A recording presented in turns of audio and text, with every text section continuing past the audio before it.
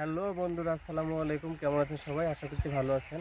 আমি চলে আসছি একটা বিলের মধ্যে, যেখানে এসে দেখছি খেজুর গাছ, সারিবদ্ধ খেজুর গাছ। এখানে প্রচুর রস হয় নাকি খেজুর গাছে। এখানে একসঙ্গে প্রায় 300+ খেজুর গাছ আছে। যে খেজুর গাছগুলোয় রস প্রতিদিন একসঙ্গে 3জন করে মানুষ গাছ লাগায়, এবং প্রত্যেকদিন সকালে 3জন করে 1 ঘন্টা বেশি টাইম লাগে রস নামাতে। দেখেন, আপনি দেখায় খেজুর গাছগুলো কত সারিবদ্ধ খেজুর গাছ।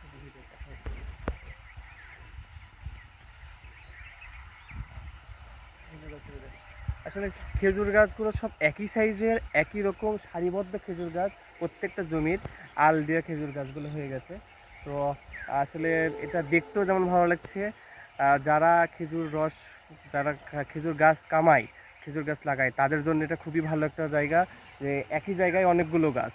তো এরকম জায়গা আপনারা যদি দেখতে চান, চলে আসবেন লালপুরের আব্দুলপুরের দাইপাড়া গ্রামে। এই গ্রামে আসলে এই দৃশ্যটা দেখতে পারবেন। আর সবার কাছে আমার করজোড়ে রিকোয়েস্ট, সবাই আমার পাশে থাকবেন, ভালো থাকবেন, সুস্থ থাকবেন। আল্লাহ হাফেজ।